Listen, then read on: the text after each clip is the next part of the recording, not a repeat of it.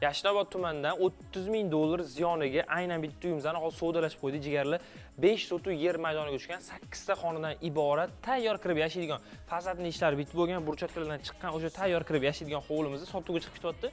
Startviy o'zi egasi jigarlar 200 ming dollar baholagan ekanlar. Biz lekin 176 ming gaplashib qo'ydik. Ichkaridan kirib birin-ketin ko'rsatib beramiz. Videoning oxirigacha ko'rib turinglar. Asosiy darvozxonadan kirganda uzun darvozxonamizdan ko'rib turibsiz, bemalol 2 ta 3 ta mashina qurib qo'ysanglar bo'ladi. Juda ham chiroyli qurib bitkazilgan. Eng plyus tarafi Tartsovoyda joylashgan ekan. Aynan shu qo'limizda jigarlar. Mahallasini, ko'chasini ko'rib turibsiz.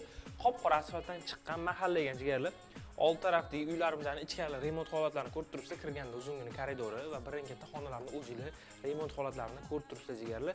Isitish sistemasi batareya orqali isitinar ekan. Uyimizda общий 2 ta sanuzeldan iborat ekan. Uyimizda hovliga chiroylikina tapchan supalar, rakvinalar va hattoki sabzavot mevalarini o'zinglar ko'rib turibsiz. Gullagicha ekib, juda ham chiroyli holatga keltirib qo'yishgan. 8 ta xonadan iborat. Ichkarini bu tarafi ham remont holatlarini ko'rib turibsiz. Boshqatdan noldan qurilgan yangi bino ekan bu taraf jigarlar. Ichkarilarni o'zinglar ko'rib turibsiz. Juda ham chiroyli qurib bitkazilgan. To'g'ri-ku?